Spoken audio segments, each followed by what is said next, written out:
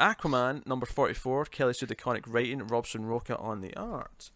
This is so he was given the task last issue to Yeah. take. I've not remembered the new names yet. Hold on, what was the woman's name? Yeah. To take her back to her Mhm. mother because her mother's the sea Yeah. witch or whatever. Shanama. Yeah, Yeah. and the old lady's promised that she'll give him his memory back. You know, she's Yeah. got a cure if he does so. But he wants to ask some questions. You know, because obviously at the end of the last issue, it kind of caused a part of the sea, and they're like, Yeah. "Hey, how did that happen?" So he's demanding answers, and she's being very cryptic. She's not giving him straight answers. It's all this very, oh, you don't understand. It's before your time. It's just all these vague kind of these annoying godlike answers basically. Yep. Is what it is, Yeah. and it basically leaves in a huff, but.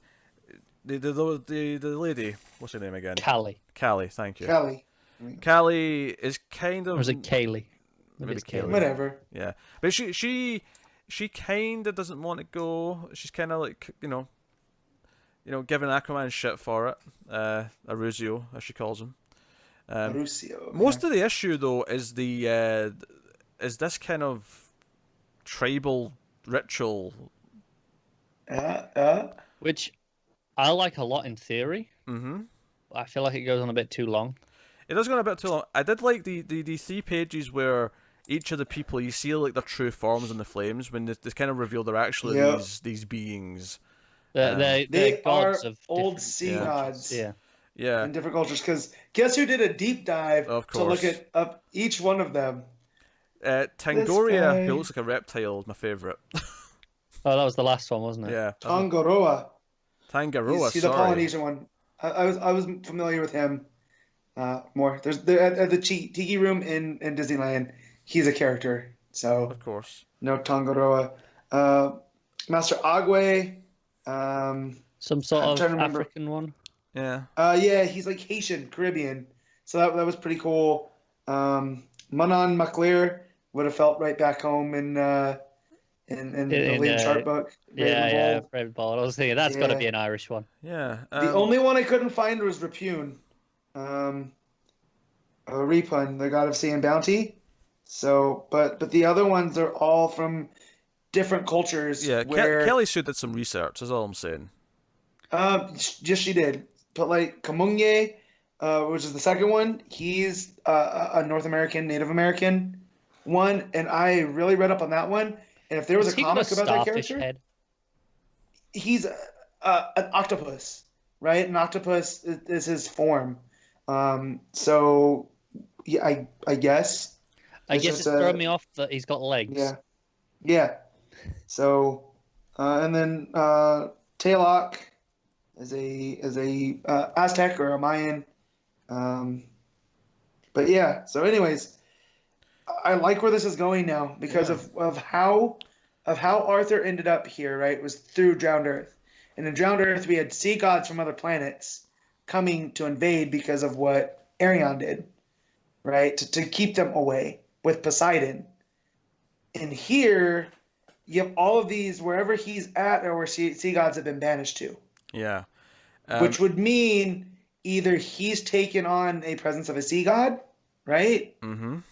Or he just ended up there by chance, and now they're going to use him to get out. Yeah, because they turn on him because Callie does kind of show up last minute because he tried to convince her and he wasn't sure if he did, but she shows up eventually. They go down. A bit more ritual. Art's very good again from Roca, I thought. It's got a good mood. It feels different. It's got a nice atmosphere to it.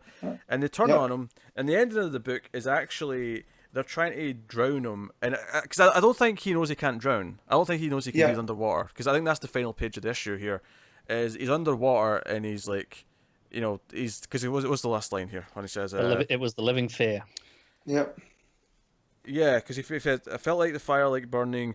I thought it was water entering my lungs, invading my body, but it wasn't. It was the fear leaving. Fear leaving. Yeah. Yep. So I think that's him realizing that he can't drown, that he can breathe underwater. I think that's what that moment is. Which cool. Maybe I misinterpreted this scene, but I figured they actually all know exactly who he is, and they're trying to show him. And So it's not that they're turning on him. They're kind of going, no, you're like us. Oh, sure, that's fair. It feels like that up until that point because they're fighting him and he's trying to fight back. Mm-hmm. Yeah. It seemed like a heel turn, but it wasn't quite. Yeah. And so again, I also looked up Nama, and Nama is a ancient Sumerian sea god. So she's like one of the first. Oh, we're going back. So I'm wondering if that's going to fit in. And then when you Google Kali and sea god, who comes up is Amphitrite, who was Poseidon's wife and queen of the sea.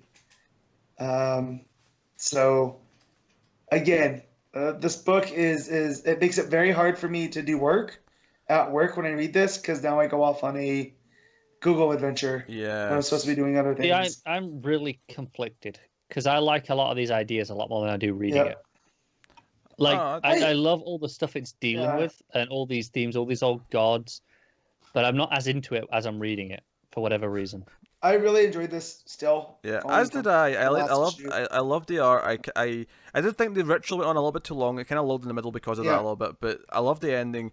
The opening 2 pages we didn't mention is actually we get to see Mira, who's like mourning the loss of Aquaman, and she's making water sculptures with her powers of Aquaman.